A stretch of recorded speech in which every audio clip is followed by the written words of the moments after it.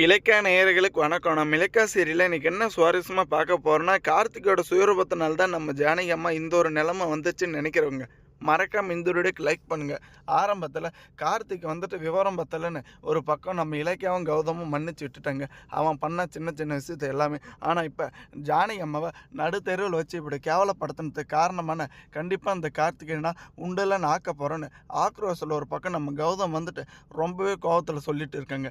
ஏன்னா நம்ம கௌதம் வந்துட்டு நம்ம கார்த்திகோட மொத்த சொத்து மதிப்பு மேலே ஆசைப்பட்டாங்க. அதனால தான் வந்துட்டு அவனை வீட்டை விட்டு வெளியே அனுப்பிச்சேன் அப்படின்ற மாதிரி நம்ம கார்த்திக் வந்துட்டு ஜானகிட்ட சொல்லி நம்ம ஜானகியோட மனசை துன்புறுத்தி இருக்காங்க. ஏன்னா ஆரம்பத்தில் நம்ம ஜானகி அம்மாக்கு இல்லைங்க, நம்ம எல்லாருக்குமே தெரியும் அந்த ஒரு வீட்டுக்காகவும் அந்த ஒரு கம்பெனிக்காகவும் நம்ம கௌதம் வந்துட்டு எவ்வளோ பாடுபட்டாங்கன்னு. ஆனால் இப்போ எல்லாமே வந்துட்டு வீணாக போச்சுங்க. ஏன்னா நம்ம கௌதம் வந்துட்டு நம்பர் 1 பொசிஷனில் அந்த ஒரு கம்பெனி எடுத்துகிட்டு வந்தாங்க. இப்போ அதை வந்துட்டு இந்த எஸ்எஸ்கே தாங்க ஆள போகிறாங்க. இந்த ஒரு உண்மை தெரியாமல் ரொம்பவே முட்டாள்தனமான காரியத்தில் ஈடுபட்டது மட்டும் இல்லாமல் ரொம்ப நல்லா ஏமாற போகிறான் இந்த கார்த்திக் இருந்துக்கிட்டு. எப்படியாச்சும் வந்துட்டு இந்த ஒரு முடிவுக்கு வந்துட்டு ஒரு வெளிச்சத்துக்கு கொண்டு வரணும்னு நினச்சிட்டு இருக்காங்க. ஆனால் அதுக்கு முன்னாடியே பார்த்தீங்களான்னு வீடு வாடகைக்கு எடுக்கிற தருணத்திலே நம்ம ஜானகி அம்மாவுக்கு இப்படி ஒரு நிலைமை வரும்னு கொஞ்சம் கூட எதிர்பார்க்கலைங்க. ஏன்னா இந்த டாக்டர் வந்துட்டு முதல் அட்டாக் தான், அதெல்லாம் ஒன்றும் பிரச்சனை இல்லை அப்படின்ற மாதிரி சொல்கிறாங்க. ஆனால் இருந்தாலுமே வந்துட்டு நம்ம கௌதமாலையும் இலக்கியாவாலையும் ஏற்றுக்கவே முடியலைங்க. இன்னும் எவ்வளோ தான் வந்துட்டு இந்த கடவுள் நமக்கு கஷ்டத்தை கொடுப்பாங்க. ஆரம்பத்துலேருந்து இப்போ வரைக்கும் ரொம்பவே வந்துட்டு நம்ம கஷ்டத்தை அனுபவிச்சிட்டோம் கார்த்திக். இது மேலே வந்துட்டு இந்த கார்த்திகோட சுயரூபத்தை நம்ம அழிக்கிறத தவிர வேறு வழியே கிடையாது.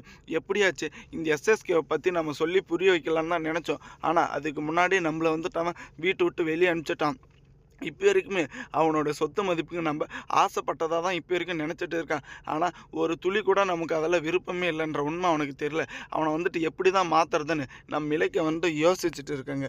உண்மையிலே பார்த்தீங்களான்னு இந்த ஒரு ஜென்மத்தில் நம்ம கார்த்திக் வந்துட்டு திருத்த முடியாதுங்க. ஏன்னா போலியான இந்த அஞ்சலியோட சுயரூபத்தை எப்படியாச்சும் நாராக எல்லாருக்குமே வந்துட்டு தெரிய கிழிக்கணும்னு நினைக்கிறவங்க மறக்காம உங்கள் கருத்துக்களை கமெண்ட் பண்ணுங்கள். ஒரு வழியாக இந்த அஞ்சலியோட சூழ்ச்சினால் தாங்க இவ்வளோ வந்துட்டு ஒரு குழப்பமே. எப்படியாச்சும் வந்துட்டு ஒரு சின்ன சின்ன விஷயமா இருந்தாலும் இந்த எஸ்எஸ்கே கிட்ட போய் சொல்கிறது மட்டும் இல்லாமல் அதுக்கான முடிவை இந்த எஸ்எஸ்கே எடுக்க வச்சு அப்படி தாங்க பண்ணிகிட்டு இருக்காங்க. இப்போ இந்த ஒரு கம்பெனி வந்துட்டு பைரவியை வந்துட்டு பேர் போடக்கூடாது, பைரவியோட பேரில் வந்துட்டு நடக்கக்கூடாது, நீ வந்துட்டு சந்தோஷமாக இருக்கணும்னு அஞ்சலி நான் இலக்கியாவும் கௌதமும் ரொம்பவே கஷ்டப்பட்டு வீட்டை விட்டு வெளியே அனுப்பிச்சேன். ஆனால் நீயே வந்துட்டாங்க வேடிக்கை மட்டும்தான் பார்த்துட்டு இருக்க. உனக்காக தான் வந்துட்டு நான் இலக்கிய கௌதமாக வீட்டை விட்டு வெளியே அனுப்பிச்சேன். கௌதம் வந்துட்டு இப்போ அந்த ஒரு ஆஃபீஸுக்கு போகிறதாலனா கார்த்திக் போ, நீயும் போ, ஆனால் இந்த பைரவை வந்துட்டு கூப்பிட்டுட்டு போகாதீங்க அப்படின்ற மாதிரி ரொம்ப நல்லாவே உசுப்பேற்றி விட்டுட்டு இருக்காங்க. கண்டிப்பாக அஞ்சலி வந்துட்டு இதில் கையங்காலமாக நம்ம பைரவி கிட்ட சிக்க போகிறாங்க.